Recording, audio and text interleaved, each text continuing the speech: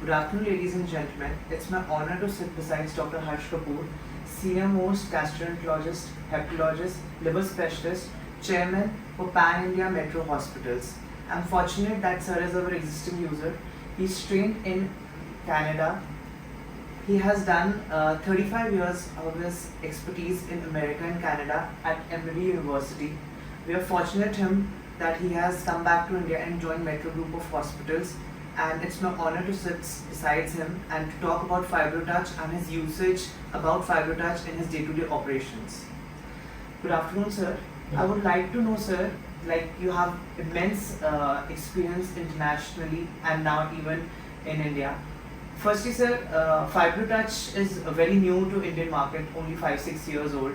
A lot of things you have seen in liver elastography, shear wave.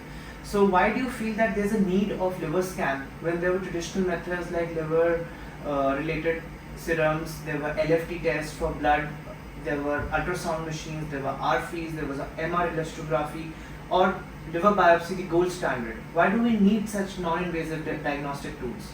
It's a very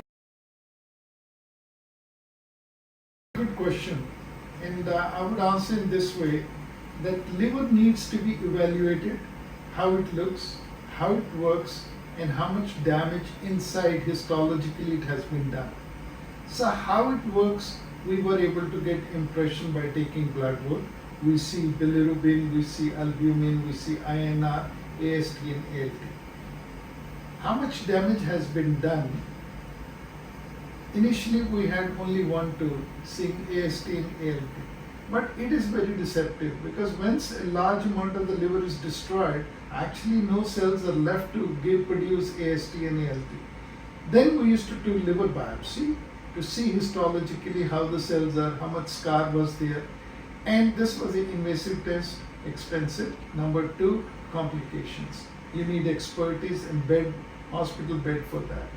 Now, with this new technique, where we have FibroTouch or FibroScan of different companies, they give us a very detailed information without going invasive to the patient, without hospitalization, and there's no complication. It gives us two readings. One, it tells us stiffness.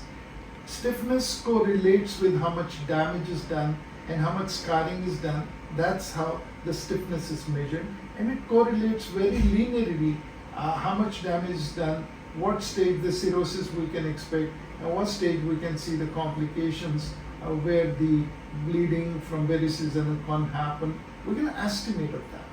The second problem we have is in NASH how much fat we have. The ultrasound can tell us there is some haziness, grade 1 fatty, grade 2 fatty liver disease, which is a very minuscule estimation. There is no concrete number to correlate whether we treat or not. The FibroScan gives us a reading, exact quantifying the fat we have in the liver, and it is given in a way that we can further improve it, follow it up, and see it comes to the normal range. So I'm sure that our users who are planning to buy this machine, or your fellow colleagues, will understand the necessity of this device, that why there is a need of transient elastography, a liver scan machine, despite having so many traditional methods. So in many conferences I hear, especially in ASL guidelines, AASDL, NASH is a boiling topic. Everybody is talking about NASH, and liver scan is directly correlated with NASH. So could you please tell the users in your recent expertise that with this machine you got some procedures done, and in which you might have ruled out a biopsy or a liver transplant just because of a non-invasive test? See, NASH could be boring, NASH could be insignificant, but it cannot be ignored. After hepatitis C, we have conquered. Alcohol and NASH are the two things which are going to destroy liver, and the need of the liver transplant would be due to them. The NASH can destroy liver over time, same as alcohol, because alcohol mobilizes fat into the liver and then cause scarring. Similarly, if there is excessive fat, cause could be alcohol, cause could be diabetes, cause could be other metabolic endocrine disorders, obesity, and all these causes ultimately mobilize fat into the liver, destroy liver cell, cause scarring and stiffness of the liver. Now, if we do fibroscan on people for screening and we find stiffness is very high, this immediately gives us a reason to investigate this person and not destroy liver further, and he comes to us at the last stage with vomiting blood or ascites, tensitis and all. So what I'm trying to say is, with this instrument at a very early stage, when liver enzymes are normal, blood changes are not there, you can depict that liver has some problem and it is gradually getting bad. Fortunately, God made a liver of 1.5 kilos. Till we have 10% of the functioning of the liver, you will not know that you have any liver problem. That's how a lot of alcoholics keep on drinking and boosting about normal LFTs they have. Liver scan, fibroscan will give us this reading that they are about to reach in a very, very danger zone very soon. So that's why I think fibroscan is a very good tool, non-invasive. Sir, I feel that gastroenterologist, hepatologist, for them it's a stethoscope. But these days even GPs, endocrinologists are getting exposed to these machines. And according to data, every second, third patient in type 2 diabetes requires this test. So according to this particular device is essential for hospitals and clinic, or it's luxury? I would say hospital, no excuse. But even if you're a hepatologist or gastroenterologist, at least if not to the internist level, I think you should have this tool in your office. Number one, it will give you a lot of information first hand very quickly, which patient needs further investigation and not. The investment you do on this machine, you'll save a lot of money on a lot of people who will get a lot of investigations done for nothing. The fibroscan will give you a reading which will tell you this patient's to take it further or this just to follow. And another thing, so like there's bubble in the market that FibroTouch is not so accurate, or some people say that FibroScan by EcoSense, another company, has better readings. What is your experience, as you are one of the few users internationally and India who has used both the machines in 2 different hospitals? All I can say is I have used FibroTouch for last 1.5 years in my hospital, and our readings are correlating with other readings very well. So I think if the cost is compromised, and in a country like India where the cost is a big factor, I think FibroTouch can be used on a random basis without any hesitation. So to your fellow colleagues and friends, you can confidently say that you're satisfied with FibroTouch in your day-to-day operations? If they will pick a phone and call me, that would be my message. Thank you so much, sir. And sir, few people say that we don't need this test, it's a luxury. I visit a lot of gastroenterologists sometimes who feel that this is not so much required, or radiologists.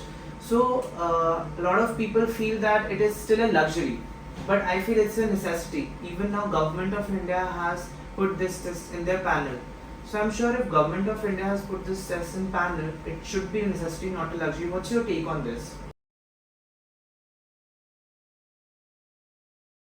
Anybody who is saying it is not required, I think they need a little bit more exposure, more CMEs they attend, and they will change their mind, because it is very much required. Now, the people who are not in the field of hepatology may not be able to appreciate, because they're not seeing day to day these patients. But if you're seeing 50, 100 patients in a department every day, you can't live without this machine. So few cases would you like to discuss with our viewers which you have got scanned through FibroTouch liver scan machine, and you felt that because of this test you could rule out there are a lot of procedures, or you could diagnose them early, they could get better, something like this, so that people can understand why this is really important? I would tell you that a lot of patients who come very healthy looking, sitting in our office, And when we do their fiber scan and we find that the stiffness is in 30-40, actually it speeds up their workup. Like in America, we calculate a MELD scoring system, who needs liver transplant and not. I think somewhere this number will also help us to see that these patients are a little bit getting priority in workup, so that they don't fall into a major complication while they are compensated, and they tip off into decompensation phase so quickly if their numbers are alarming. So it means not only people who have symptoms, but people who are living a normal lifestyle, a sedentary lifestyle, let's put like sedentary, who don't have physical activities. So even they need this test as a regular health checkup. Well, sedentary people, I agree with you, but also people who are thinking they're drinking alcohol for fun, and they have normal liver enzymes and all, and a false aura is made that they are doing fine. I think this could be eye-opener for them. So apart from people who are consuming alcohol, obesity, sedentary lifestyle, do you suggest your viewers that with such complications, such symptoms, they should get this test done, run to their nearby gastroenterologist or to a center where there is a liver scan machine? Well, I think if people are healthy, they're doing fine, this could be added to their yearly health checkup. Okay. They don't have to run if there's no risk factor. But if in a yearly checkup you add with ultrasound this thing also, this would be good.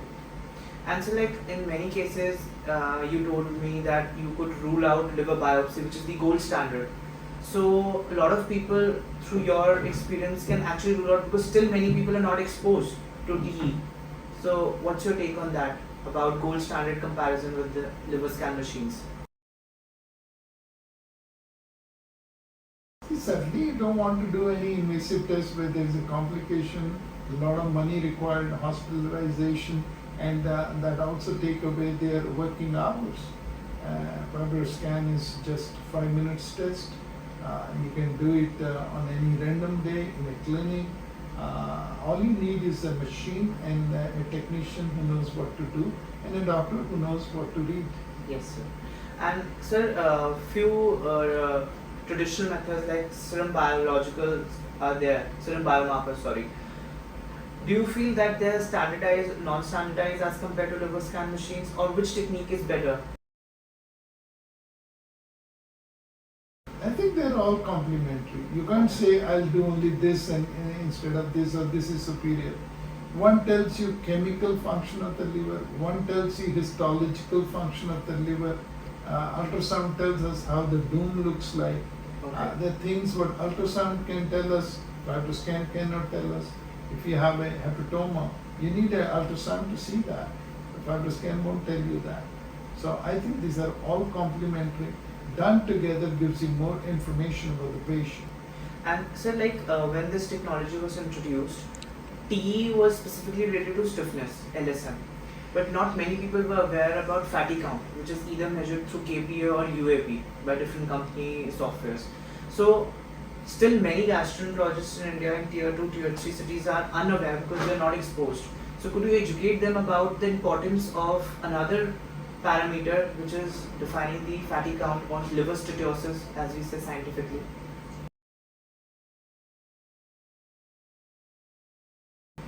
See, fatty liver or steatosis is the ballooning of the cells with the fat. This is the etiology and a sequence of the events happen in most of these diseases, including alcoholic. But a lot of people who have just NASH, no disease but fatty liver due to diabetes and all, quantification is very important. Where to intervene? As we have drugs now, when to start drugs, when to stop them. When you stop them, what happened? Do they become fatty again? And once you give them a number, once you show them how much fat they have, they are more inclined to change their lifestyle. They get into exercise, stop eating fat and all. So evidence base is always more workable than just giving lectures to the patient. So I think sooner elastography alone is not enough. You need both the parameters, and that will help you to treat patients better. Thank you so much, sir. It was a very valuable talk. My pleasure. I hope, sir, this valuable talk can take a lot of mileage to different users. Thank you so much for your valuable time. Pleasure was mine.